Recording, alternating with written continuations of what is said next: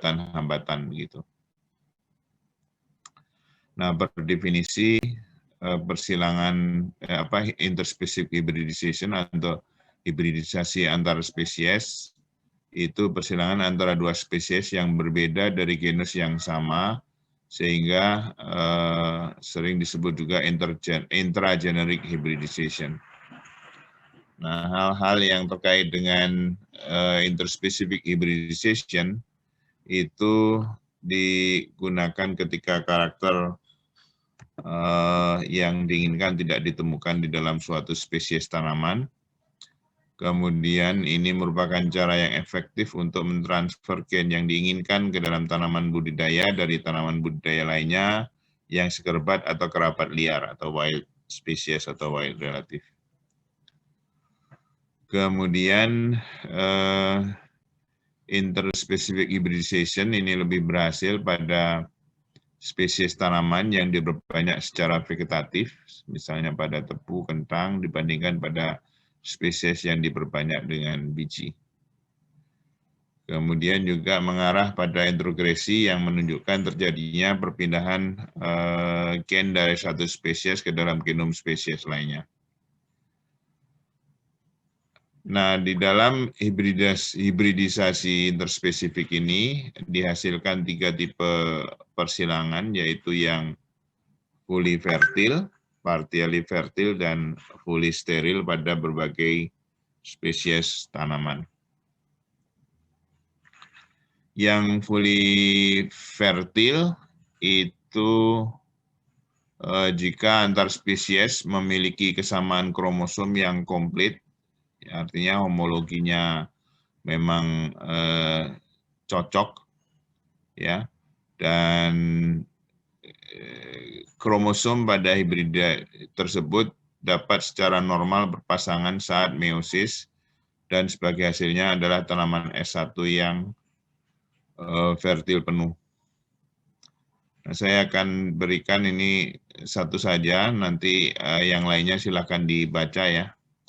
Misalnya pada kapas itu ada 4 spesies kapas, yang 2N sama dengan 52 itu pada Gossypium hirsutum dan barbadens. Kemudian ada spesies yang disebut dengan spesies lama, juga G. arboretum dan G. herbaceum yang termasuk grup diploid, ya, yang sebelumnya adalah tetraploid. Jadi persilangan antara G. hirsutum dan barbadens, dan juga untuk yang diploid arboreum dan herbaceum itu hasilnya fully fertile. Ini nanti silakan dibaca aja. Kemudian yang partially fertile ini menghasilkan S1 yang fertil sebagian. Jika antara kedua spesies dalam jumlah berbeda dalam jumlah kromosomnya, tetapi mempunyai beberapa kromosom yang homolog. Pada keadaan ini, tanaman S1 menjadi partially fertile atau partially steril. Contohnya pada gandum itu ada 3 spesies dalam hal ini, ada yang diploid, ada yang hexaploid, dan gandum biasa, persilangan gandum biasa dan gandum durum itu 42 dengan 28 ya, itu partially fertile karena kedua spesies itu terdapat kromosom genom A dan B saja yang homolog. Nah, dalam hal ini akan ada F1 dengan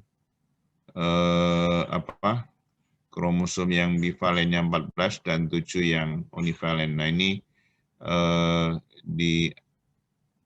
dihasilkan biji pada persilangan ini. Yang lainnya nanti ini dibaca saja ya, contoh yang ini saya kira mirip-mirip saja. Kemudian yang fully steril. Nah, ini persilangan interspecific atau intrageneric yang fully steril itu jika dalam persilangan antara kedua spesies tidak ada kromosom yang homolog.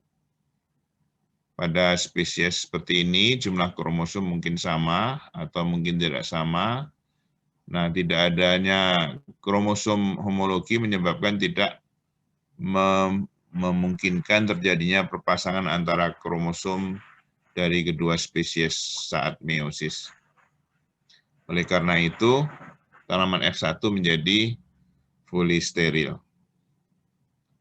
Nah, hibrida yang seperti ini dapat dibuat menjadi sel fertil melalui kromosom doubling, misalnya dengan perlakuan Colchicine. Nanti mungkin kalau ingat minggu lalu ya, kalau yang bulbosum itu ada degeneration, sehingga dapatnya haploid, tapi kalau ini masih tetap sama-sama, tapi supaya menjadi fertil itu harus dari kedua tetua itu harus di doubling.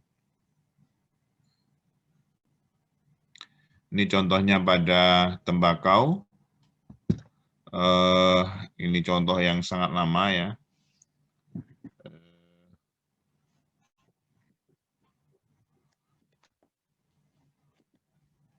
Pada persilangan antara dua spesies liar tembakau, yaitu Nicotiana sylvestris dan Nicotiana tomentosa, hibrida F1-nya steril.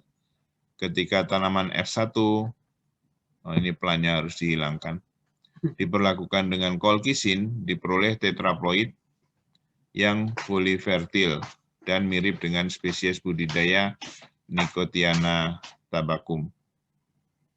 Kemudian kalau persilangan antara diploid liar lainnya, N paniculata dan N undulata, ini lagi-lagi diperoleh F1 yang steril. Kemudian perlakuan F1 dengan Colchicine menghasilkan tembakau diploid yang fertil, 2N sama dengan 48, serupa dengan N rustica. Contoh yang lain ini silahkan dibaca saja ya, dari ini sengaja diberikan agak ini juga kacang hijau, itu dengan kacang hitam atau black gram ya, sama aja. Nah, kita beralih ke intergeneric hybridization. Per definisi ini persilangan antara dua genera dari famili yang sama. Hal yang menjadi cirinya digunakan ketika gen yang diinginkan tidak ditemukan pada spesies yang berbeda dari genus yang sama. Metode ini jarang digunakan dalam program perbaikan tanaman maupun kegiatan transfer karakter khusus yang hanya ada pada genus yang berbeda.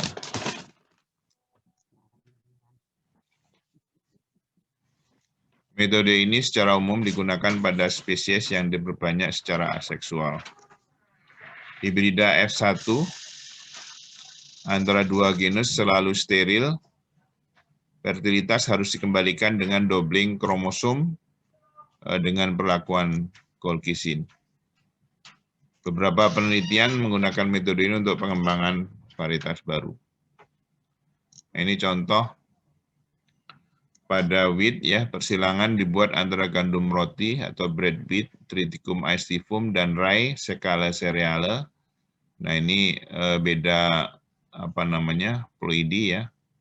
Nah, tanaman F1-nya steril lalu dibuat fertil dengan perlakuan Colchicine sehingga diperoleh kromosom 2N sama dengan 56 yang diberi nama triticale. Ini kalau dilihat bentuk tanaman bentuk malainya ya, kalau disebut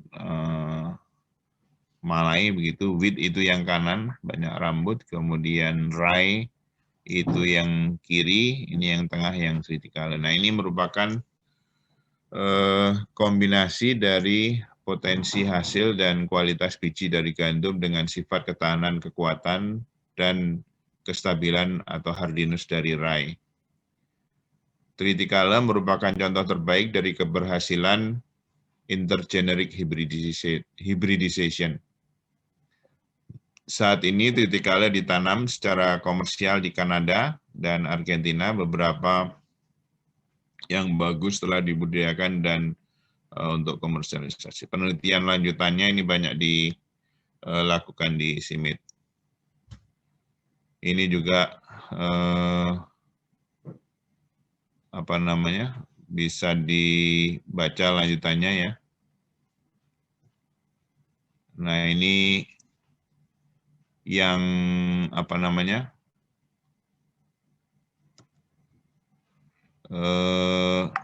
contoh yang tidak berhasil ya. Ini persilangan antara Redis dan cabbage. Harapannya daunnya daun kubis dan akar atau umbi dari Redis, tapi malah kebalikan, akarnya akar kubis, daunnya daun Redis. Ini enggak terlalu ini berhasil. Nah, ini turnip, nanti mungkin kita lihat saja teman yang akan presentasi di persilangan Redis dan turnip. Ini contoh, ini gambarnya aja ya, nanti kita simak saja di ini kan. Nah, peran persilangan jauh? Yang pertama itu perbaikan tanaman, mulai dari ketahanan hama penyakit, lebih banyak penyakit contohnya. Kemudian kualitas, adaptasi, hasil, mode of reproduction, dan mungkin beberapa karakter yang lainnya. Kemudian yang kedua, pembuatan hibrida komersial pada beberapa tanaman, dan diperolehnya tanaman yang baru. Nah, ini ketahanan terhadap penyakit dan hama. Persilangan jauh merupakan alat untuk memindahkan ketahanan terhadap penyakit dari spesies liar ke dalam spesies budidaya. Contoh misalnya ketahanan terhadap penyakit karat dan ulat tentara hitam pada kapas, mungkin virus mosaik, wildfire, blackfire, ini pada tembakau. Kemudian ada penyakit sereh pada tebu, leaf blight, leaf roll pada kentang, virus X, dan juga penyakit pada okra. Karena ini kompilasi dari semua ya, contoh-contoh nanti dibaca saja ya. Kemudian perbaikan kualitas pada beberapa tanaman spesies liar telah digunakan untuk memperbaiki kualitas tanaman budidaya, antara lain perbaikan kandungan protein pada berbagai spesies ya, di beras, oats, dan rye, ini cerealia. Kemudian panjang serat pada kapas, kualitas minyak pada sawit, kandungan karotenoid pada tomat, ini masih double-double ya, ada konten tadi seperti pada yang di depan, bahasa Inggrisnya masih ada. Teosinte untuk perbaikan jagung, untuk hasil silage itu di luar untuk pakan ternak ya, untuk termasuk seluruh tanamannya. Sorghum liar digunakan untuk memperbaiki hijauan makanan ternak, green fodder pada tanaman sorghum budidaya. Tembakau liar digunakan untuk mengurangi kandungan nikotin pada tembakau budidaya, kemudian tanaman teh liar digunakan untuk memperbaiki flavor dari tanaman teh budidaya. Kemudian, nah ini yang penting, ini relatif banyak ya, contoh-contoh, tapi tidak akan disampaikan semua, silakan dibaca saja. Adaptasi terhadap berbagai kondisi lingkungan telah diperbaiki melalui penggunaan spesies liar, misalnya pada toleran terhadap suhu rendah pada rye, wheat, onion, kentang, tomat, anggur, stroberi, peppermint. Ya. Ini kemudian pada gandum, misalnya peningkatan ketahanan pada musim dingin itu ditransfer dari agropyron. Pada anggur, batang yang lebih kuat dirakit dengan menggunakan spesies liar Vitis amurensis. Pada tebu, toleran terhadap suhu rendah, ini telah dipindahkan dari spesies liar di USA. Kemudian pada kacang-kacangan itu toleran kekeringan, kemudian salinitas pada tomat, tanah berkapur, dan insensitivitas terhadap fotoperiodisme pada rumput penisitum. Nah, ini untuk pakan ternak. Kemudian perbaikan hasil telah diperoleh untuk melalui penggunaan spesies liar dalam beberapa jenis tanaman, misalnya hasil biji meningkat pada oats 25-30% dibandingkan recurrent parent ya. Ini persilangan dari Avena sativa itu yang budidaya, dan yang recurrent ya, A. sterilis disilangkan dengan A. sterilis. Ini ada Segregantran agresif yang berdaya hasil tinggi setelah 4 kali silang balik, Pecross ya. Pada tembakau, hasil meningkat dengan penggunaan spesies liar Nicotiana daphnei. Kalau dikaitkan dengan mode of reproduction atau cara reproduksi, penggunaan spesies liar dalam penggunaan hibridisasi kadang-kadang mengarah pada perubahan dalam cara bereproduksi. Misalnya sterilitas jantan. Ini adalah contoh perubahan paling umum dari cara reproduksi yang diakibatkan oleh interspecific hybridization. CMS atau cytoplasmic male sterility itu merupakan alat yang ekonomis ketika digunakan pada produksi benih padi hibrida, hibrida umumnya ya. Ini di padi banyak ini kan ada wild abortive, ada Kalinga, ada beberapa lain lagi ya, tipe-tipenya di jagung juga demikian. CMS telah ditemukan dalam persilangan antara spesies liar dan budidaya pada gandum, kapas, barley, tembakau, kentang, bunga matahari, dan ryegrass. Ini yang nggak masuk. Ini tadi yang disebutkan padi. Padi itu relatif banyak contohnya sebenarnya. Sifat CMS telah dipindahkan ke spesies budidaya dari tanaman tersebut. Yang lainnya silakan dibaca. Kemudian untuk karakter lain ini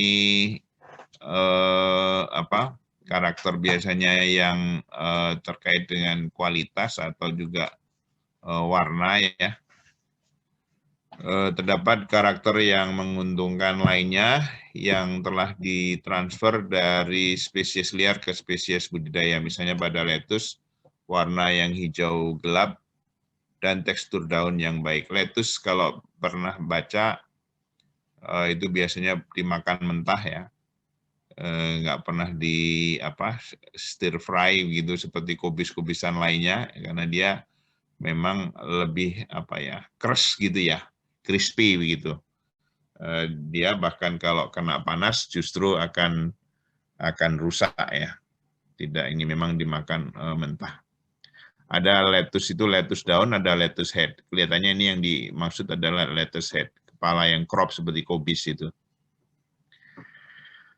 Pada cabai warna merah terang dan daging buah yang tipis, kemudian ada gandum semi-dwarf diperoleh dari Triticum dan Agropyron, kelapa sawit short stature, hasil interspecific hybrid. Kemudian kedelai berumur genjah telah diperoleh dengan menggunakan spesies liar kedelai. Nah, sekarang itu ada kedelai mungkin juga tidak terlalu baru ya, kedelai yang umur antara 70 sampai 80 hari. Kalau yang normal kan di atas 90 sampai 120 lah kalau ininya. Bahkan ada yang 70 hari kalau yang pendek itu. Dan varietas hibrida yang lebih baik telah diperoleh melalui interspecific hybridization dengan menggunakan spesies liar. Ini misalnya pada tebu, kentang, dan beberapa rumput pakan ternak. Pada kapas, interspecific hybrid komersial telah dikembangkan untuk level tetraploid dan diploid, tapi hanya antar spesies budidaya saja. Ini beberapa varietas kapas dataran tinggi adalah turunan dari hasil interspecific hybridization. Hibrida antara pearl millet dan rumput napir telah menjadi sangat populer dengan karakter potensi hasil fodder yang tinggi dan kualitas fodder yang superior. Ini untuk pakan ternak. Nah, ini spesies tanaman yang baru, saya kira tadi sudah disebut di depannya. Kadang-kadang persilangan jauh dan level polyploidy mengarah pada diperolehnya spesies tanaman baru, misalnya Nicotiana digluta itu diperoleh dari hasil persilangan N. tabacum dan N. glutinosa. Kemudian triticale yang contoh di depan tadi ya merupakan contoh dari tanaman baru yang diperoleh dari persilangan intergenerik antara gandum Triticum aestivum dan rye atau Secala cereala, di mana kombinasi karakter yang baik keluar dari kedua tetua persilangan. Ini contoh persilangan antara tangerine dan grapefruit ya, yang kiri dan kanan ini hasilnya Tangelo. Kalau orange dengan grapefruit itu kalau di sini mah jeruk besar, tapi gimana ya, mirip jeruk Bali, tetapi dia biasanya agak pahit-pahit gimana gitu ya ininya ya. Ya, ini tangerine ininya muncul seperti ini. Memang kalau tidak biasa membingungkan juga ini di jeruk itu. Namanya ini Tangelo, ada orange yellow ya. Oke. Kita beralih ke penyelamatan embrio. Ada pertanyaan terkait dengan wide hybridization? Cepat saja. Kalau tidak ada, kita lanjutkan ya ke penyelamatan embrio. Ya, ini yang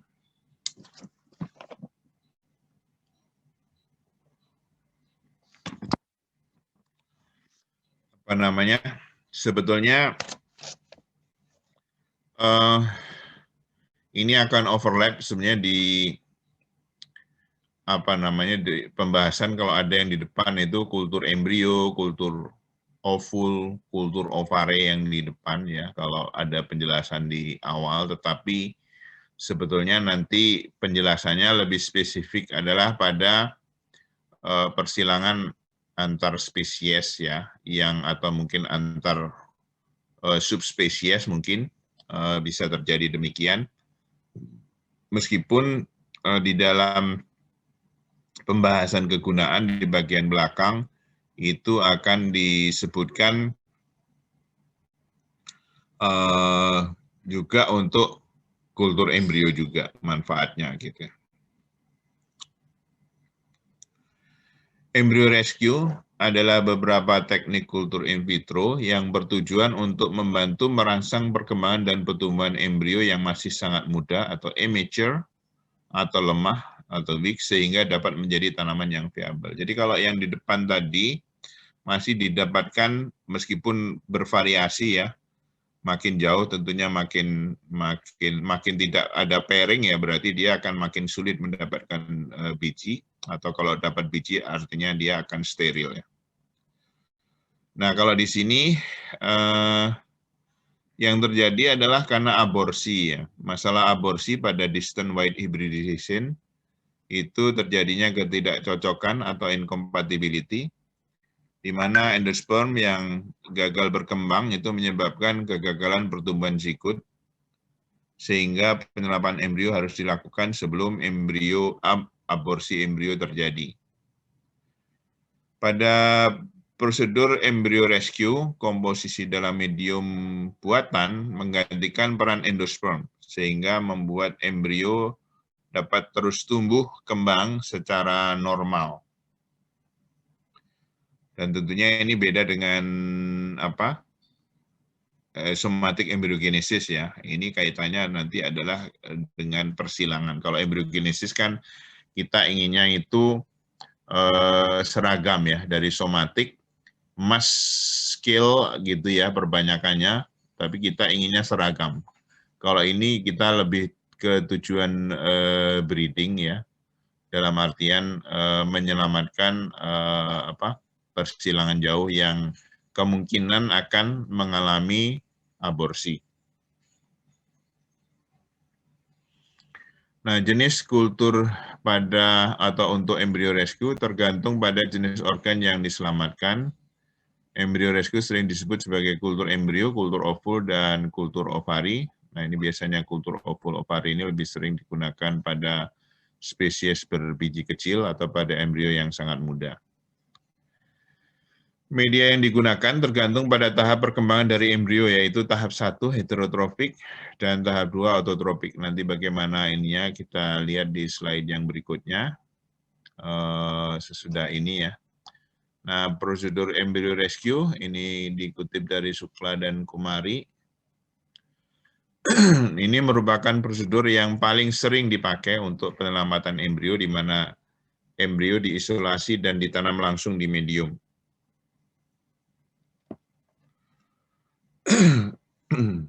Buah dari tanaman yang terkontrol proses polinasinya di rumah kaca atau di lapangan dikoleksi sebelum embrio diperkirakan akan aborsi. Karena embrio sudah berasal dari lingkungan steril, desinfeksi dari embrio tersebut tidak diperlukan. Pada beberapa kasus, keseluruhan ovari disterilisasi permukaan atau surface sterilize.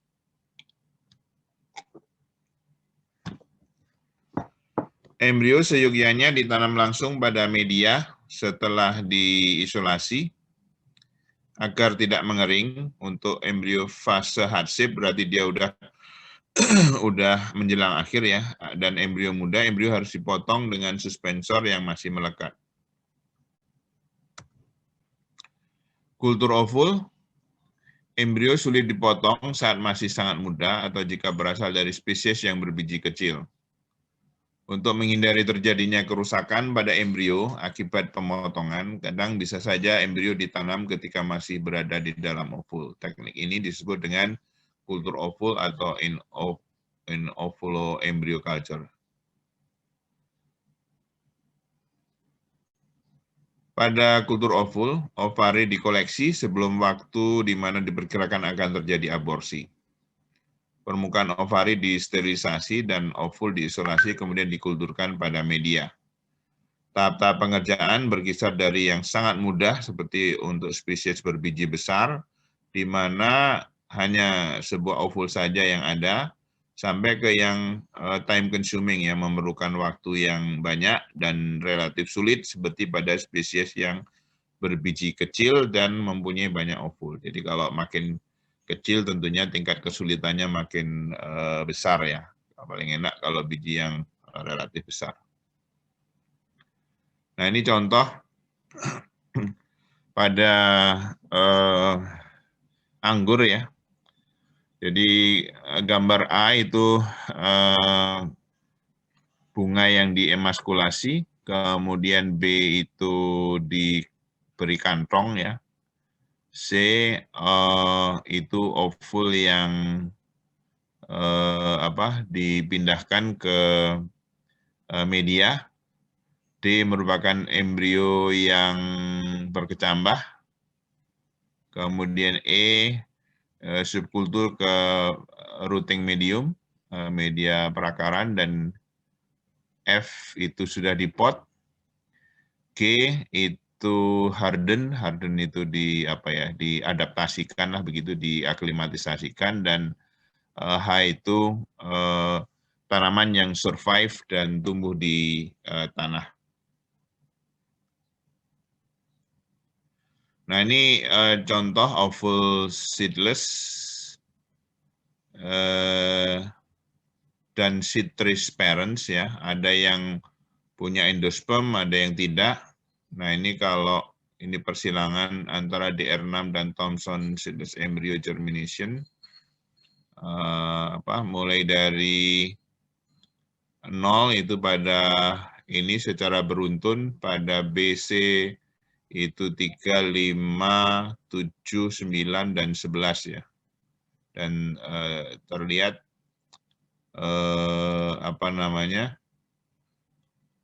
perkembangannya menjadi besar. Nah, ini contoh lebih jauh, kultur ovul pada anggur. Bisa dibaca detailnya itu mulai dari isolasi, kemudian pertumbuhan besar, perakaran sampai tanaman sudah ditransplant ke pot kecil di rumah kaca atau di kamar dengan aklimatisasi di suhu 25 dan fotoperiod 16 jam. Kemudian kultur ovari. Ini pada kultur ovari, ini keseluruhan ovari dikulturkan di media, ovari dikoleksi, dan sisa bagian bunga dibuang. Protokol desinfeksi harus dapat membuat permukaan ovari terdesinfeksi tanpa merusak ovari. Kemudian ovari ditanam pada media dengan meletakkan bagian yang dipotong dari pedisil menancap ke dalam medium. Pada akhir eksperimen, biji diisolasi dari buah yang tumbuh dalam kultur. Oke, itu jenis-jenisnya. Kita bahas tentang faktor yang mempengaruhi keberhasilan embrio rescue. Yang pertama adalah genotipe. Ini kalau kita bicara di kultur jaringan, genotipe ini berperan penting ya. Hampir semua itu genotype dependent, tergantung genotipenya. Jadi sama saja membahas, misalnya minggu lalu kita bahas kultur anter padi, itu sangat-sangat kelihatan pada subspesies japonica lebih culturable, lebih mudah dikulturkan dibandingkan indica. Juga di dalam indica sendiri ada variasi juga. Jadi kalau yang turunan dari IR itu biasanya relatif culturability-nya rendah ya. Tapi bukan berarti tidak bisa ya. Ada yang memang sangat sulit, ada yang masih medium lah kira-kira begitu. Nah, kembali ke faktor yang mempengaruhi keberhasilan embrio rescue. Jadi pembentukan dan perkecambahan embrio serta pertumbuhan tunas itu bervariasi tergantung genotipe. Ini pada bunga ya, Alstroemeria. Ini persilangan antara yang depannya Violacea ya, dengan berbagai spesies. Ini kelihatan sekali. Yang paling mudah itu adalah kecambahnya, ya. Bahkan ini ada yang 0 ya. Ada yang persen tunasnya, kalau ini udah berhasil bertunas ya, variasinya relatif besar. Mulai ada yang dari, berarti ini 0 sampai 100% ya. Anda bisa lihat variasinya, ini berbeda, bahkan P-nya sampai 0,01 kan ada nolnya. Perbedaannya 0 sampai 100 begitu. Kemudian ini contoh pada anggur juga terlihat ya. Yang dari ini kita lihat persen saja. Persen yang menjadi embrio saja ini antar varietas bahkan sebetulnya. Varietas budidaya ya. Ini kelihatan sekali, ada yang dari 5 sampai 20, hampir 25%. Kemudian embrio yang germinated itu juga kisarannya antara berapa ini? 75 sampai 100, yang menjadi tanaman juga demikian. Nah, kalau di ini kan persentase juga antara 2 sampai 20%. Detailnya silakan aja ABCD-nya ya, ini berapa ovul dikulturkan dan seterusnya. Waktu ini maksudnya adalah tahapannya. Tahap pertumbuhan atau umur embrio. Kultur biasanya diinisiasi pada beberapa interval setelah polinasi untuk memperbesar kesempatan memperoleh eksplan yang viabel. Ini contoh masih tadi yang Alstroemeria tadi ya.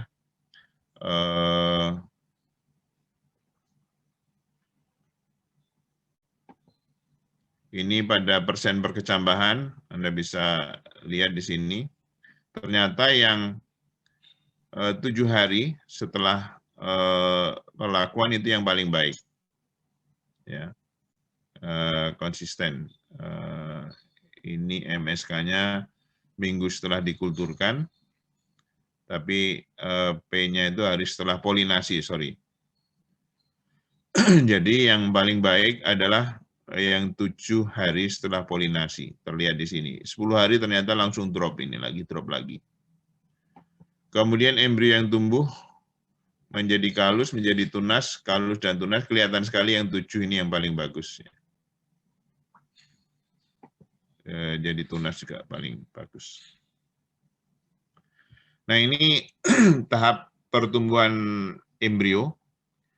Yang tahap pertama yang tadi di depan disebutkan ya. Jadi tahap 1 heterotrofik atau proembrio, globular to heart shape. Tapi heart shape yang menjelang perubahan ke mature embryo atau cotyledonare. Nah, yang tahap 2 itu fase autotropik dimulai dari late heart shape embryo stage. Jadi ini bagian akhir yang sudah masuk ke sini. Terdapat interaksi antara media dan waktu kultur sehingga penting menguji berbagai media, mulai dari yang kompleks dengan sukrusa tinggi sampai dengan yang sederhana dengan sukrusa yang rendah pada berbagai fase pertumbuhan tanaman. Nah itu karena apakah dia sudah bisa relatif bisa tumbuh sendiri atau belum. Tahap pertumbuhan atau umur embrio diukur melalui panjang rata-rata buah atau biji dari panjang embrio sekitar 2-5 pada biji kecil, 2-40 mm pada buah-buahan. Ukuran embrio berpengaruh terhadap abnormalitas regenerasi tanaman. Ya, ini tadi sebetulnya dari ukuran tadi yang sebelumnya saya itu sudah kelihatan. Nah, ini contoh pada Anacardium occidentale.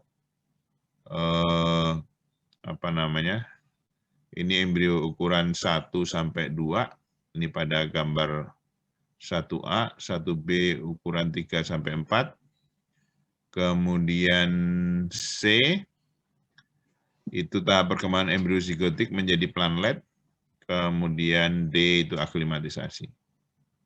Ini pada apokat, mulai dari yang kira-kira mungkin 2 mili ini ya.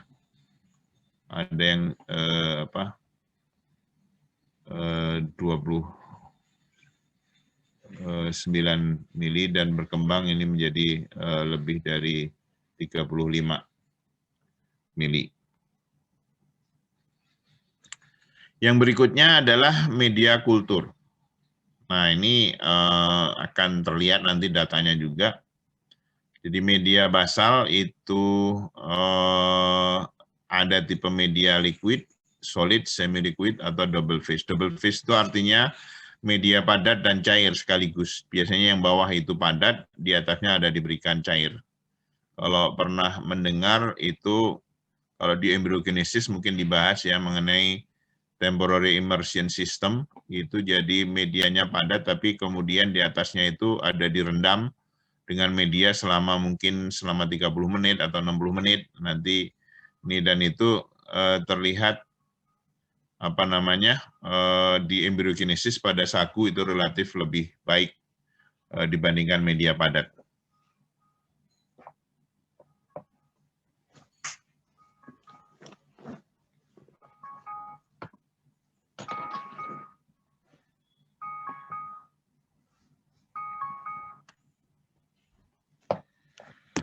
Oke, kemudian dari sisi komposisi media, saya kira banyak diperkenalkan ya di awal-awal kuliah. Yang paling terkenal adalah Murashige Cook.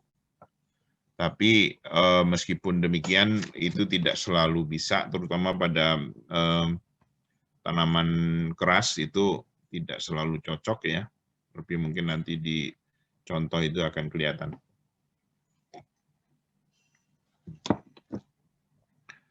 Ada metode Gamborg P5, ada Seng Hildebrand, ada Litvai, dan variasi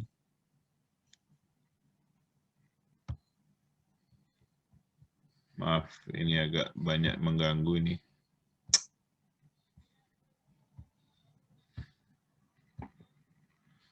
Ada ZPT, kaitannya saya kira juga udah dibahas di depan, media terkait dengan ausin atau sitokinin atau gibberellin ya.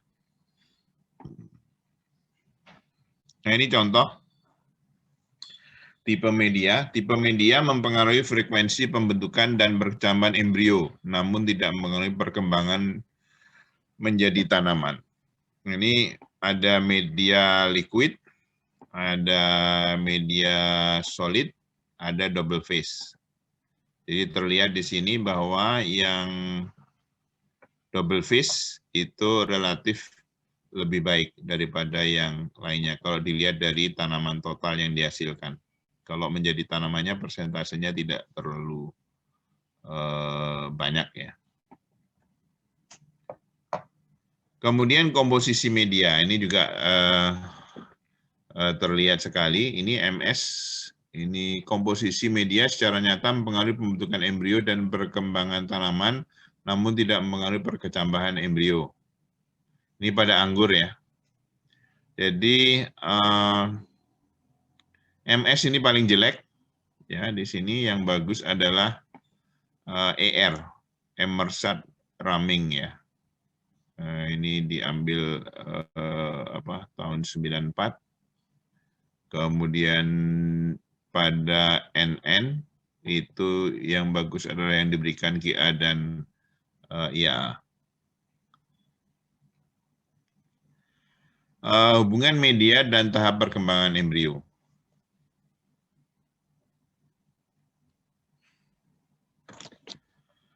Yang pertama, embrio tahap heterotropik, yaitu embrio muda atau proembrio yang sangat tergantung pada endosperm untuk pertumbuhan dan perkembangannya. Ini perlu media yang kompleks, mengandung terutama asam amino, glutamin, asparagin, serta vitamin, ZPT, dan ekstrak alami, kasein hidrolisat, dan air kelapa.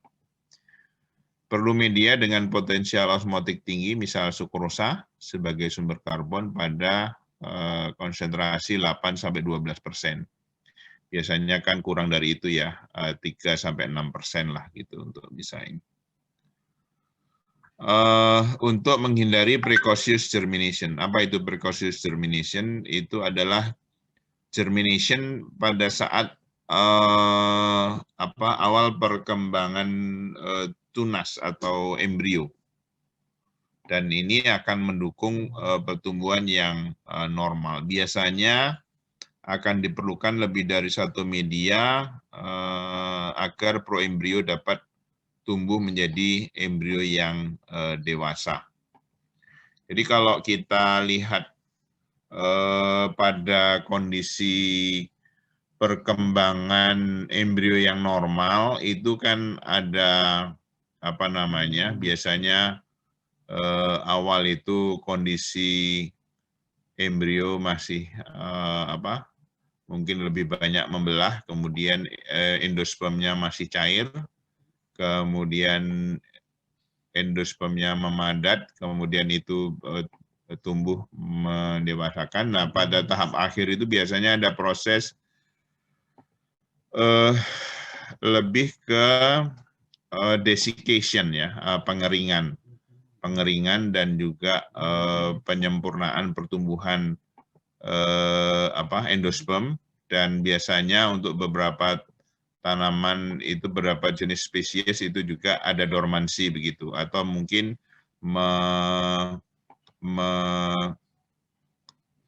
menyebabkan tanaman tidak mudah berkecambah pada tahap-tahap akhir. Nah ini kalau precocious germination yang terjadi kalau di lapangan itu contohnya saja ya, sprouting pada wheat atau pada kadang-kadang pada padi itu terjadi. Kalau musim hujan misalnya pas panen atau pas berbunganya itu bulan Januari kalau di sini ya, itu ada saya menemui beberapa genotipe itu yang bisa berkecambah pada saat masih ada di tanaman, dan itu biasanya terjadi pada awal-awal sesudah pembungaan. Jadi kira-kira sekitar 10 harian lah begitu. Kalau hujan terus-menerus, tidak ada matahari, kemudian kondisi lembab, itu bisa terjadi precocious germination. Nah, dalam hal ini kita kembali lagi ke untuk embrio rescue, untuk embrio yang masih tahap-tahap awal tadi, sehingga memerlukan demand tadi untuk media yang spesifik. Yang dalam hal ini adalah kandungan sukrosa yang relatif tinggi. Jadi mirip seperti halnya pada biji yang alami, tumbuh alami, tidak mengalami aborsi dan tidak ada masalah dengan pertumbuhan, itu sejalan dengan penumpukan adanya endosperm. Istilah lain precocious germination itu adalah vivipar. Jadi kalau di tanaman di pantai, kalau bakau, mungkin ada yang pernah ini ya, itu kalau dia tumbuh misalnya ini dia langsung kalau jatuh itu dia udah punya akar, sehingga dia udah berkecambah di tanaman. Begitu dia ini lepas ke daerah yang berlumpur begitu, dia bisa tumbuh karena sudah ada akar. Oke, tahapan yang kedua adalah embrio tahap autotropik. Ini yang dimulai dari tahap late heart shape, di mana embrio sudah dapat mensintesis makanannya sendiri dengan bantuan media yang sesuai. Ini dapat segera berkecambah pada media anorganik sederhana yang mengandung garam makro mikro dan 2-3% sukrosa. Jadi beda sekali kan tadi 9-12 ya, kalau dilihat di sini. Ups, mana tadi? Ya 8-12, ini 2-3 saja. Secara umum auksin konsentrasi rendah dapat merangsang pertumbuhan normal. GA menyebabkan perbesaran embrio dan sitokinin dapat menghambat pertumbuhan. Sebagai tambahan terhadap vitamin dan asam amino, ke dalam medium dapat diberi ekstrak alami yang mengandung zat pengatur tumbuh ya, pertumbuhannya. Ini biasanya ekstrak alami bisa dari air kelapa atau mungkin yang lainnya. Persyaratan media tumbuh pada tahap ini berbeda tergantung tahap perkembangan embrio. Untuk kultur yang diinisiasi embrio relatif sangat mudah, mungkin diperlukan formulasi lebih dari satu media. Itu tadi penjelasan yang tadi diulang lagi. Kemudian lamanya kultur. Nah, ini juga berperan nih. Ini sangat mempengaruhi perkembangan menjadi tanaman, namun tampaknya tidak mempengaruhi pembentukan dan perkecambahan embrio. Ini contoh di sini kelihatan sekali lamanya kultur ya. Ini pada embrio rescue anggur. Ini contohnya banyak anggur ya, dicari ini. Pustakanya lihat di depan. Ini pada 8, 12, dan 16. Kelihatan ya, baik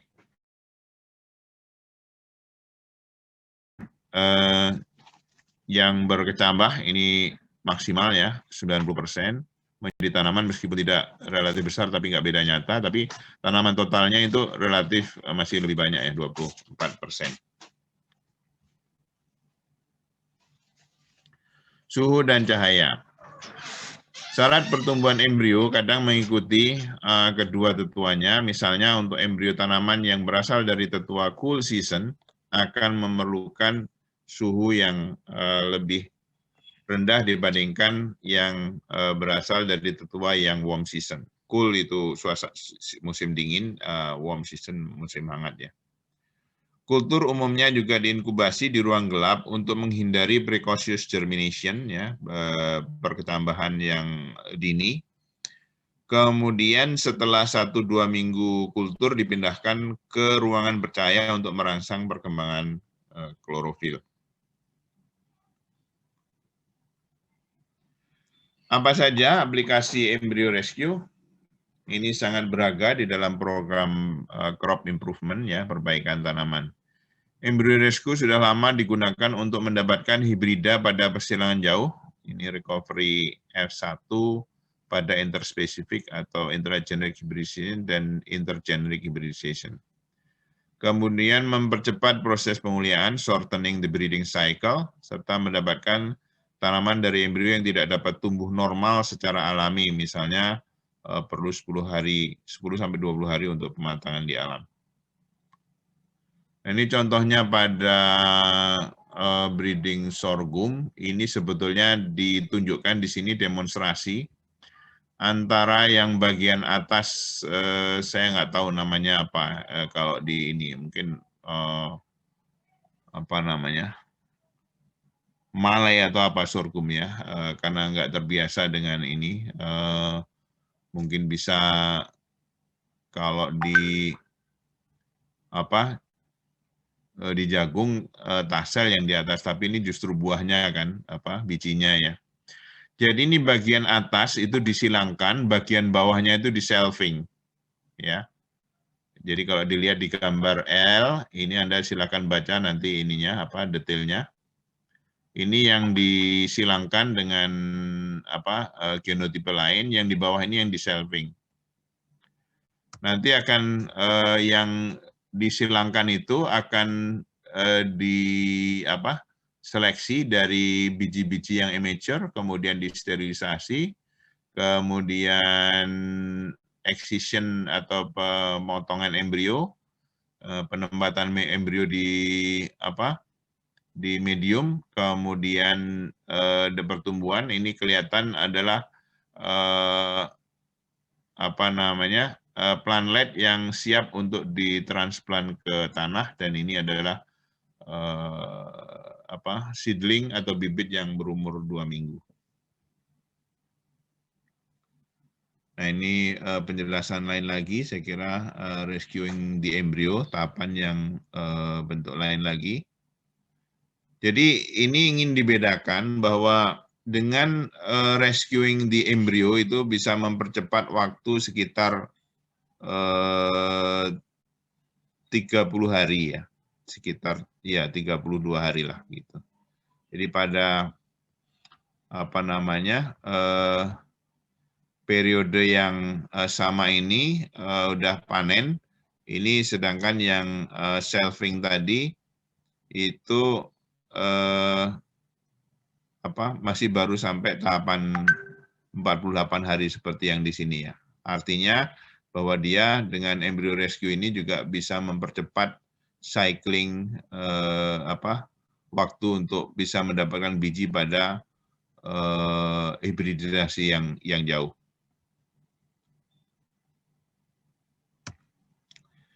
Pada buah-buahan, embryo rescue dapat digunakan untuk menyelamatkan embrio-embrio triploid yang seedless. Kemudian embryo rescue digunakan untuk memproduksi tanaman haploid pada metode bulbosum. Ini minggu lalu dibahas relatif panjang ya. Jadi tolong dilihat lagi bahwa apa namanya termasuk di praktikum kan ada juga ya, itu embryo rescue juga yang bagian kedua.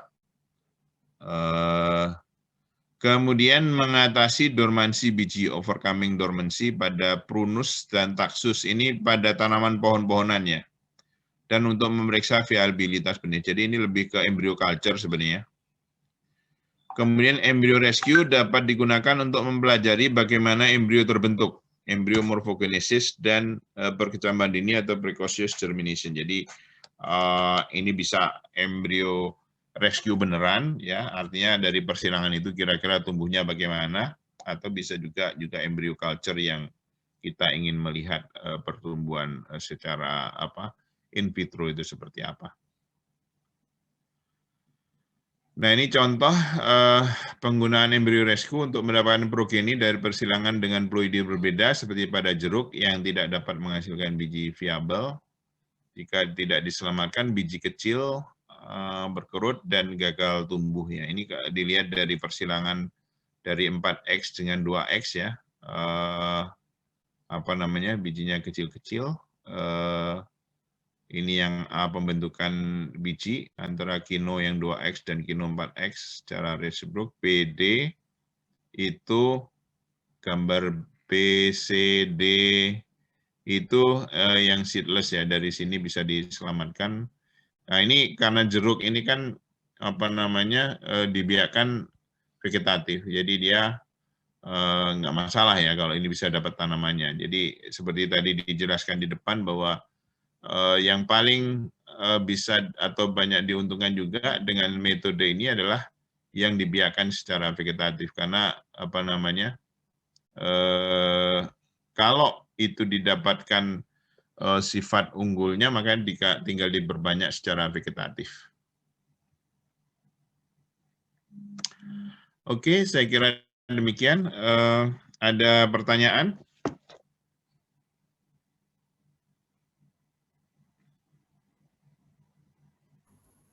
Pak izin.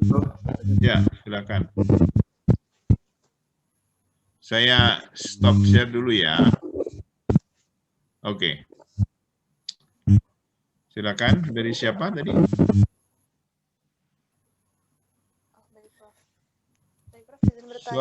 Suaranya kecil.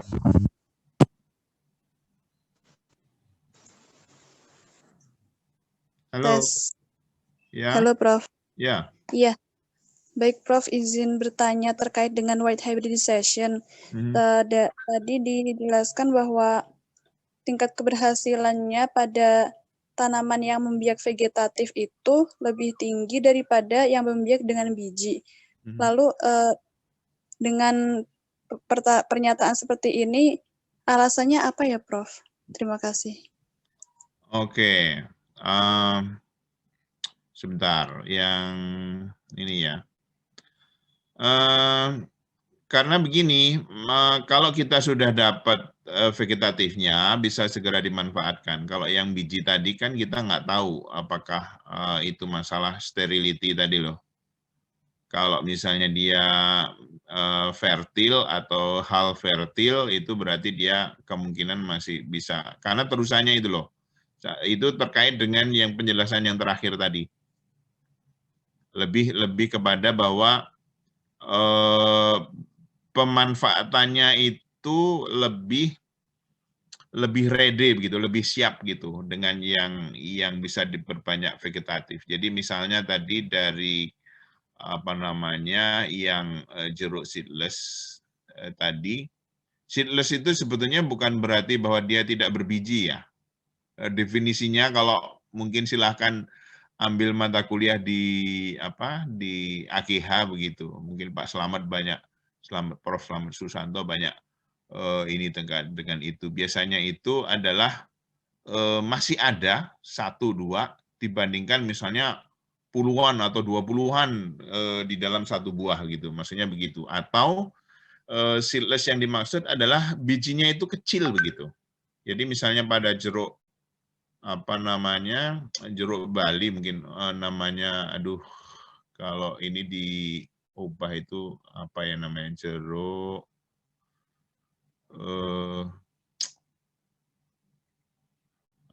saya ingatnya jeruk Bali, Citrus maxima ya. Itu kan macam-macam, ada yang apa namanya, ada di Sumedang, kemudian di Padi atau di Magetan itu klonya bermacam-macam. Nah, itu ada yang cenderung dia seedless karena bijinya ada kecil-kecil gitu.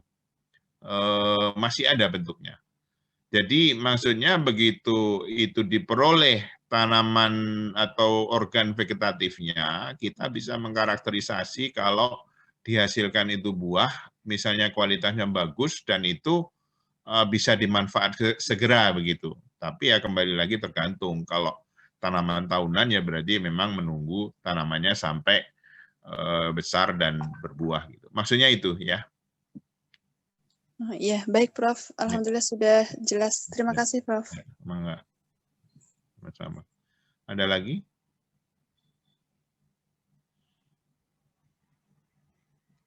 Tidak ada?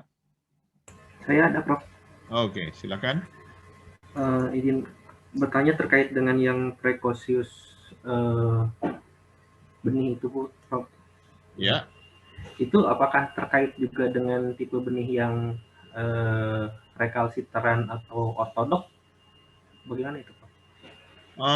Kalau secara pertumbuhan normal, bahkan yang ortodoks itu pun seperti tadi saya sampaikan, itu bisa terjadi demikian, ya. Apalagi yang recalcitrant. Recalcitrant itu karena dia tidak bisa disimpan di suhu rendah dan kadar air yang rendah, ya apalagi dia sangat-sangat mungkin untuk terjadi yang demikian gitu. Jadi apakah berhubungan? Saya nggak tahu tuh ya.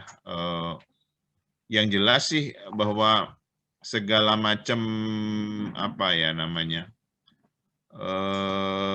biji atau benih yang di dalam proses pertumbuhan itu secara umum dia pada tahap awal itu belum mengenal atau belum sampai pada tahap yang bisa rested lah begitu, berhenti tidak melakukan pertumbuhan pada periode yang tertentu gitu ya. Jadi pada tahap-tahap awal itu dia memang akan cenderung bisa mengalami precocious germination karena memang tidak ada halangan apapun. Halangan itu bisa halangan secara fisiologis, bisa juga halangan karena seed coat dari kulit bijinya begitu. Jadi memang kalau belajar ilmu benih nanti akan terlihat ya, ini setahu saya lah paling enggak dari ini, dan kaitannya itu adalah biasanya hormonal juga. Misalnya pada tahap yang akhir itu kemungkinan ABA-nya juga lebih banyak begitu untuk bisa dia tidak berketambah karena dia merupakan inhibitor juga. Tapi lagi-lagi ini akan sangat tergantung spesiesnya juga karena misalnya di GA ada GA yang tertentu mendorong pembungaan, tapi untuk beberapa spesies tropis itu justru agak menghambat pembungaan, misalnya seperti itu ya. Jadi moga-moga menjawab. Ya, terima kasih, Prof. Oke, ada pertanyaan lagi? Ya, Prof, izin, Prof. Ya. Ya, tadi kan terkait waktu setelah polinasi itu kan sangat mempengaruhi, Prof, ya, terhadap keberhasilan embryo rescue. Nah, sebenarnya pada fase yang optimal itu apakah memang sudah terbentuk semua bagian dari embrio atau memang bisa juga pada fase yang medium atau di awal tadi? Kalau tadi kan saya lihat sebenarnya di tengah-tengah ya, Prof. Di apa? Di tengah. Apakah memang itu sudah terbentuk full embrionya? Gimana, Prof? Gini, kalau tadi kan ada globular, ada heart, ada torpedo ya, yang ini yang udah ini late hardship tadi. Biasanya sih yang sudah ini tuh yang late hardship yang sudah relatif mendekati mature ya. Kalau yang awal-awal itu belum. Jadi secara tahapan embryogenesisnya dia sudah mendekati dewasa lah. Ya, kalau kotyledonya udah terbentuk dengan bagus itu biasanya ya udah relatif ini. Jadi saya nggak tahu yang ditanyakan yang mana. Kalau itu dikaitkan dengan pertumbuhan pada saat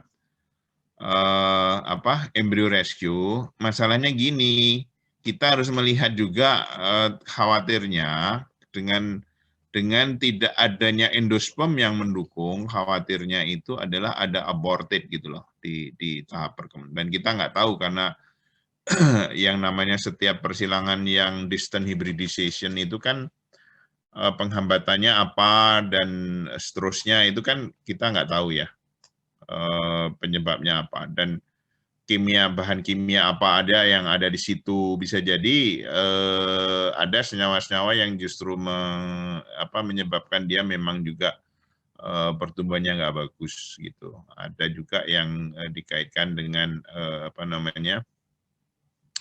kondisi fisiologis yang menyebabkan maaf ini habis sebentar baterai.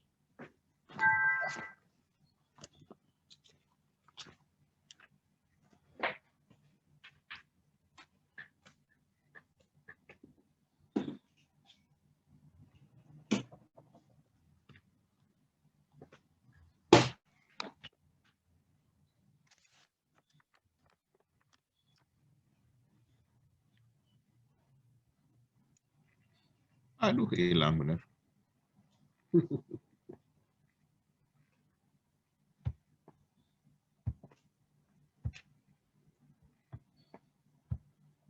Oke. Ya, saya kira demikian ya ininya ya, penjelasannya. Kita istilahnya berpacu dengan apakah dia akan mati duluan atau gimana. Dan itu memang ya tidak ada kan semua kan pasti barang baru ya. Persilangan antar spesies itu kan pasti barang baru. Kecuali kalau memang udah punya pengalaman dari ini. Tapi kalau memang ini kita hanya mencoba-coba saja tahapan pertumbuhan yang mana yang bisa diinikan. Kalau tahap awal tadi berarti medianya dia lebih demanding, lebih kompleks lah begitu. Bisa jadi bisa 2 atau 3 media yang harus dipindahkan dalam mungkin 2, 3, 4 minggu begitu untuk bisa ini. Karena terutama sih memang tadi kandungan sukrosa berperan penting ya, dan juga biasanya adalah senyawa-senyawa organik. Senyawa-senyawa organik. Apakah itu asam amino atau mungkin zat pengatur tumbuh yang diperlukan gitu ya.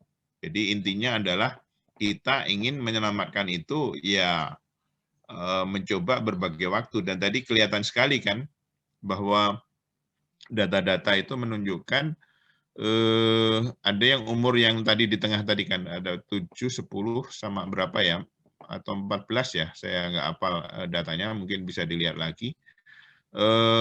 Ada umur tertentu yang memang dia kalau dilihat itu culturability-nya lebih bagus gitu. Artinya konversi berkecambahan kemudian sampai menjadi tanamannya dia ada umur yang optimum begitu untuk bisa itu. Dan itu memang harus dicoba, nggak bisa tanya oh ini optimumnya berapa begitu. Justru yang di dalam embryo rescue ini kita yang paling penting itu adalah kita dapat tanamannya. Dan itu yang seperti kejadian misalnya ini tidak selalu berhasil juga. Misalnya pada padi ya, saya pernah membaca tapi lupa ininya referensinya, mungkin bisa dilihat ya, yang ini tuh dengan penama itu ribuan dia berhasil itu, dari ribuan itu hanya berhasil mungkin di bawah 10 untuk bisa dapat tanaman begitu. Dan sesudah itu berhasil ternyata juga karena ini seperti tadi ya, yang dihasilkan ini adalah tanaman berbiji, kan berbiaknya tentu mengandalkan biji ya. Nah, dia ada masalah juga gitu dari perbanyakan dengan biji selanjutnya begitu. Makanya tadi pernyataan siapa Mbak Rahmatun tadi, kok yang vegetatif lebih banyak ini ya, karena vegetatif itu kalau bisa dimanfaatkan kita bisa tanam langsung. Misalnya kalau misalnya di tanaman buah-buahan, misalnya dari katakanlah kualitasnya di karakterisasi bagus, kita bisa menyambung, bisa mengokulasi ya dari situ, atau mungkin perbanyakan vegetatif secara kultur jaringan dan seterusnya. Tetapi kalau misalnya dia bijinya seedless ya, kita mengandalkan dari perbanyakan dari mana kalau itu membiaknya dengan biji gitu loh, atau mungkin aborsi lagi kan nggak mungkin sepanjang ini kita harus embryo rescue lagi, karena kita memerlukannya adalah perbanyakan dengan biji begitu loh. Itu yang tadi penjelasan lebih jauh ya dari pertanyaan mengapa yang vegetatif kok lebih berhasil dan seterusnya. Baik, Prof. Terima kasih. Moga-moga menjawab. Masih ada lagi?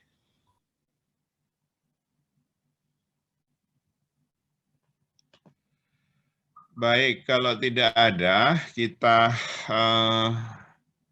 break gitu ya sebentar. Kita mulai praktikum jam 10 ya. Jam 10 nanti mengenai apa namanya? Mengenai urutannya bagaimana, Bu Mega yang akan menentukannya. Jadi disiapkan saja apa namanya? PowerPoint-nya tentunya udah siap. Diharapkan setiap anggota anggota grup gitu bisa berperan begitu, entah itu presentasinya bersama pada bagian ini atau mungkin di dalam menjawab atau mungkin jadi presenter bergiliran ya, atau apa namanya, mungkin saya nggak tahu apakah nanti yang memimpin moderator itu salah satu dari grup atau bagaimana, kita lihat aja. Baik, demikian ya, kita off dulu terkait dengan ini, bahan nanti saya susulkan belakangan. Baik, sementara tutup dulu. Assalamualaikum warahmatullahi wabarakatuh. Waalaikumsalam warahmatullahi wabarakatuh. Terima kasih, Bro.